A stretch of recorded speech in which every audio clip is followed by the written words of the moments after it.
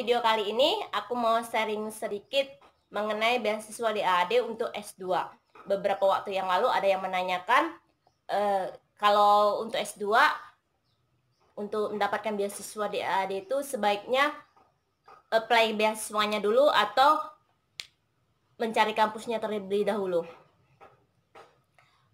Kalau saran aku, kalian apply ke kampus dulu ya. Kalian cari kampusnya dulu, baru apply beasiswanya ke DAAD.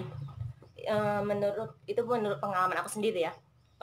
Jadi saran aku itu kalian apply ke kampus dulu, baru apply beasiswa ke DAAD. Nah, kampusnya pastikan ya kampusnya itu menerima sponsor beasiswa dari DAAD, dan juga pastikan kalau kampusnya itu diakui oleh Dikti. Kalau kalian lihat video aku yang pertama mengenai tips and trick beasiswa, mencari beasiswa ke luar negeri, kalian akan tahu kampus di situ juga aku sudah bilang, pastikan kampus kalian itu diakui oleh Dikti.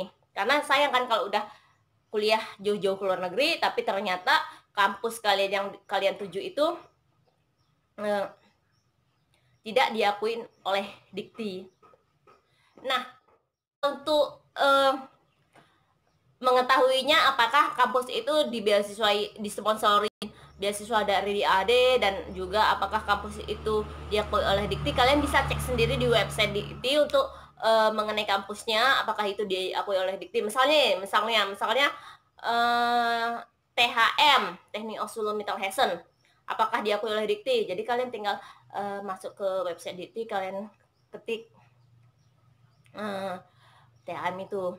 Nanti kalau nama list THM itu ada Dikti, berarti dia diakui di Dikti. Nah, untuk kampusnya disponsori oleh DAAD atau enggak, gimana cara mengetahuinya?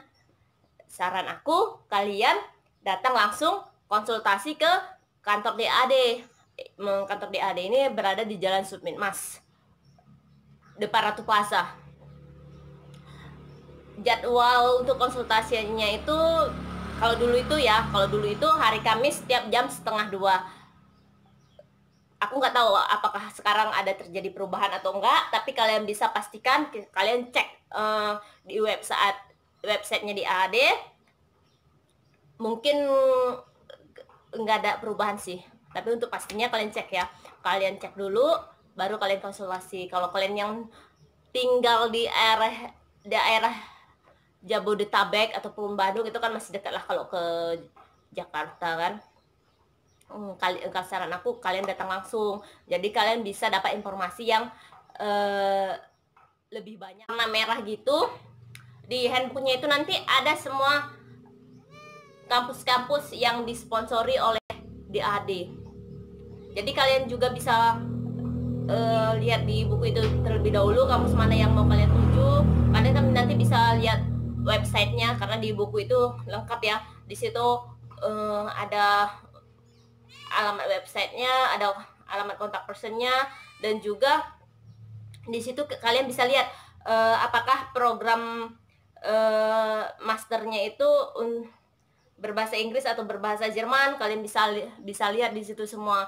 Jadi kalian bisa langsung lihat website dari kampusnya. Kalian bisa kontak langsung, tanya-tanya ke kampus syarat-syarat bagaimana cara aplikasinya, apa aja syarat-syaratnya, dokumen apa aja yang diperlukan. Kalian bisa tanya-tanya untuk lebih jelasnya gitu kan. Nah, kalau untuk dokumen sendiri ya secara umum kalau kayak nggak tahu sekarang ada perubahan atau enggak, tapi kalau kurasa paling ada tambah sedikit-sedikit aja kali ya. Kalau dulu sih dokumen yang diperlukan itu transkrip S1 ditranslate ke bahasa Jerman, ijazah ditranslate ke bahasa Jerman, terus itu surat kesehatan, keterangan sehat, itu bisa kalian dapatkan dari puskesmas terdekat, itu juga translate ke bahasa Jerman. Terus itu apa lagi ya? Oh ya, surat rekomendasi dari dua profesor, dua surat rekomendasi ya. Kalau belum ada profesor di kampus kalian ya kalian bisa minta ke dosen kalian yang sudah S3 ataupun dosen senior kalian yang mengenal kalian lah untuk bikin surat rekomendasi tersebut. Kalau kalian sudah sedang bekerja saat kalian apply untuk beasiswa S2 ini, apakah itu pekerja profesional atau sebagai dosen, jadi kalian juga harus minta surat rekomendasi dari tempat kerja. Kalau aku dulu, karena saat aku apply itu bekerja di salah satu kampus di Jakarta, jadi aku minta surat rekomendasi juga dari pihak rektorat. Dan rektorat itu salah satu syaratnya juga waktu itu. Terus TOEFL dan juga bahasa Jerman. Kalau sekarang yang aku dengar sih minimal B1 ya. Kalau zaman aku nggak perlu sertifikat bahasa Jerman karena kelasku waktu itu kelas internasional ya, jadi cukup TOEFL. Tapi waktu junior aku mereka udah dimintain salah satu syaratnya itu sertifikat bahasa Jerman minimal B1 atau B1. Nah, untuk mendapatkan TOEFL kan lumayan besar ya biayanya. Dan kalau bagi kalian yang belum pernah tes TOEFL dan belum tahu skor TOEFL kalian berapa, aku saranin kalian bisa coba ambil di ELPT Bandung dulu. Aku juga waktu itu seperti itu, aku ambil sebelum aku tes TOEFL, aku ambil tes ELPT dulu untuk coba-coba untuk mengetahui skor TOEFL aku berapa gitulah, bahasa Inggris aku berapa gitu. Terus waktu aku nyoba itu banyak rekan-rekan waktu itu yang nyoba ya, atau yang nyoba LPT di Bandung itu di ITB. Waktu itu aku dengar mereka bercerita gitu kan, mereka itu juga mau ngambil S2 gitu keluar. Mereka bercerita kayak gitu, aku dengar ya. Aku ada yang bilang, aku coba dulu di sini, aku belum pernah tes TOEFL, jadi aku mau coba dulu di sini. Terus nanti kalau skornya sudah memadain, aku mau tanya pihak kampusnya apakah tes sertifikat yang dari ELPT ITB ini diterima atau enggak, atau mesti tes TOEFL kayak gitu. Kalau misalnya diterima, ya aku pakai yang ini aja, nggak perlu ngambil tes TOEFL lagi. Jadi aku waktu itu pas dengar ya aku juga coba kayak gitulah, aku pikir kayak gitu kan.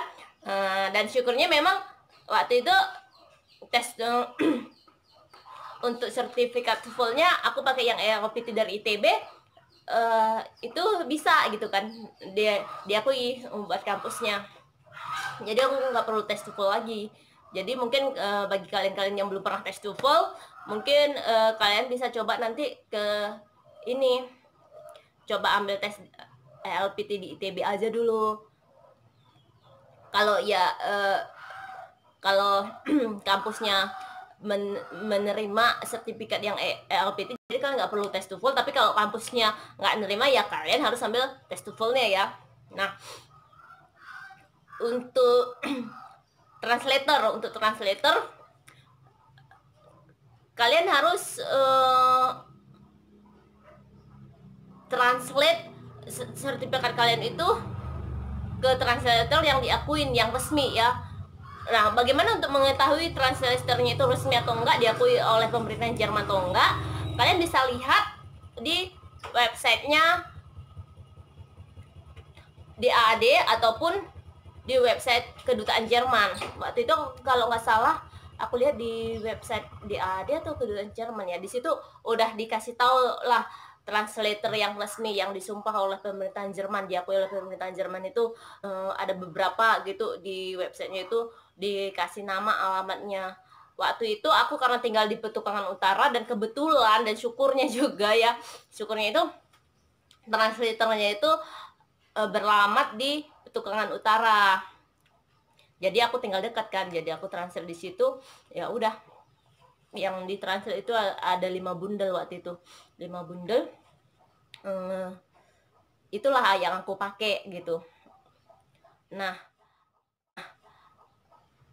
saran aku juga, kalau kalian apply ke uninya itu, kalian jangan cuma apply di satu universitas. karena kan belum tentu keterima kan. Jadi saran aku apply lah lebih dari 1, 2 atau 3. Kalau aku dulu apply di 2 tempat. Tapi ya kayak gitu tadi, seperti yang aku bilang tadi, sebelum aku apply, aku cek dulu websitenya, aku lihat silabusnya, apakah ini sesuai dengan keinginan aku, apakah jurusan ini yang sesuai pilihan aku atau enggak gitu kan. Terus juga aku tanya-tanya mengenai admissionnya. Nah, aku tanya-tanya banyak lah gitu kan, dapat informasi lengkap, baru aku apply. Waktu itu aku apply ke 2 kampus. Aku apply ke MSC TU Munchen dan juga ICE di Friedberg, Fachhochschule Gießen-Friedberg, sekarang jadi THM, Teknik Hochschule Mittelhessen. Nah, semuanya itu prosesnya cepat kok. Semuanya itu serba online. Ujiannya juga online. Kirim dokumennya juga kalian cukup soft copy-nya aja online. Nanti kalau udah lulus tes, nanti akan dikasih tahu apakah dokumen itu perlu dikirim via pos hard copy-nya, atau bisa kalian bawa nanti saat kalian datang ke Jerman gitu kan. Nah, waktu itu kalau dari MSCE TU Munchen, mereka minta hard copy-nya juga harus dikirim via pos, nggak bisa dibawa saat datang ke Jerman. Terus kayak gitu. Kalau dari THM sendiri waktu itu bisa ya. Jadi aku terakhirnya karena waktu itu nggak punya cukup uang. Waktu itu aku nggak punya cukup uang untuk biaya pengirimannya. Aku udah datang ke kantor pos di Petukan Utara, terus gitu aku bawa dokumen aku lengkap, pas tanya ke kantor posnya. Setelah ditimbang berat dokumen aku, ternyata biaya pengirimannya itu kena 250 sekian lah ya waktu itu ya. Itu tahun 2006. Bukan 2006, tahun 2008 waktu itu ya. Jadi sebelum aku kantor pos itu sebenarnya kan aku mikir paling kena berapa lah perangko. Aku pikir kan pakai perangko ya, paling kena berapa lah perangko. Jadi aku mikir paling biaya ke Jerman sama ke USA sama gitu, karena sebelumnya aku suka kirim-kirim surat kan sama sama Hanson. Mungkin kalian yang anak-anak lahiran 80-an taulah Hanson, grup band dari Tulsa, California. Jadi waktu aku masih SD itu aku kirim surat ke mereka itu, perangkonya itu cuman 1.000 gitu kan. Jadi aku juga mikirnya gitu, paling zaman SD aku zaman sekarang paling bedanya nggak jauh lah, paling inilah aku pikir gitu. Ternyata di luar ekspektasi aku. Ternyata biaya pengirimannya itu untuk dokumen itu waktu itu 250 sekian, dan pada saat itu aku belum gajian, dan aku juga nggak bawa cukup uang untuk ke kantor pos, dan aku nggak punya cukup uang. Jadi ya aku nggak jadi kirim dokumen aku ke MSCE TU Munchen. Jadinya ya udah aku mutusin untuk ngambil yang di THM aja. Pada saat itu THM namanya masih Fachhochschule Gießen-Friedberg. Sekarang udah ganti jadi THM, berubah nama jadi THM, Teknik Hochschule Mittelhessen. Di Jerman ini juga nanti kan mereka itu kan terbagi dari region-region ya, atau Bundesliga gitu kan. Kalau di Indonesia itu apa ya namanya? Provinsi kali. Nah, beberapa region, Hessen itu Frankfurt, Darmstadt, Friedberg itu masuk Hessen ya. Terus kalau Munchen, Nürnberg itu, Erlangen itu masuk Bavaria. Nah, aku saranin ya, memang kampus itu bagus-bagus sih rata-rata kalau di Jerman. Nah, tapi kalau aku saranin, kalau bisa kalian ambil di Hessen. Kenapa ambil di Hessen? Karena di Essen itu lebih enak ya, lebih enak gimana ya? Karena waktu pengalaman aku sendiri waktu itu kan aku ambil di Hessen, di Feedback, di THM. Di Hessen itu nggak ada tuition fee ya, rata-rata sih kampus di Jerman itu nggak ada tuition fee. Cuman kalau di Hessen itu kita dapat student card itu udah, di student card itu udah pembayarannya itu udah mencakup untuk apa namanya, transport di Jerman itu lumayan mahal. Di Jerman itu paling mahal transport dan air ya, transport. Jadi di Hessen itu kalian tinggal bawa student card kalian mau jalan kemana aja, naik kereta atau bus, kecuali kereta api yang ICE ya, kereta api cepatnya Jerman itu kalian nggak, student card kalian itu nggak berlaku. Nah kalau untuk yang lain-lainnya kalian berlaku, tinggal tunjukkan student card, jadi kalian nggak gratis gitu jalan-jalan kemana aja gitu kan, naik bus, naik kereta api itu. Nah apalagi ya, oh ya, kalau di Bavaria waktu itu, karena ada beberapa teman aku juga kuliah di Bavaria, dia di teman-teman aku yang dari Malaysia, jadi mereka itu untuk transport itu nggak gratis, jadi harus bayar. Jadi mereka kalau misalnya traveling di regionnya Bavaria itu tetap bayar. Enaknya di Hessen tadi ya seperti aku bilang tadi, kalian traveling pokoknya daerah Hessen, seluruh daerah Hessen itu, jadi kalian gratis gitu loh. Ya, tapi ya terserah kalian ya, kalian mau kuliah di mana ya terserah kalian. Seperti aku bilang tadi, apply-nya jangan cuma satu kampus, apply-lah di lebih dari satu kampus, di dua atau tiga. Misalnya pilihan pertama kalian TU Munchen, pilihan kedua TU Darmstadt atau RWTH atau THM.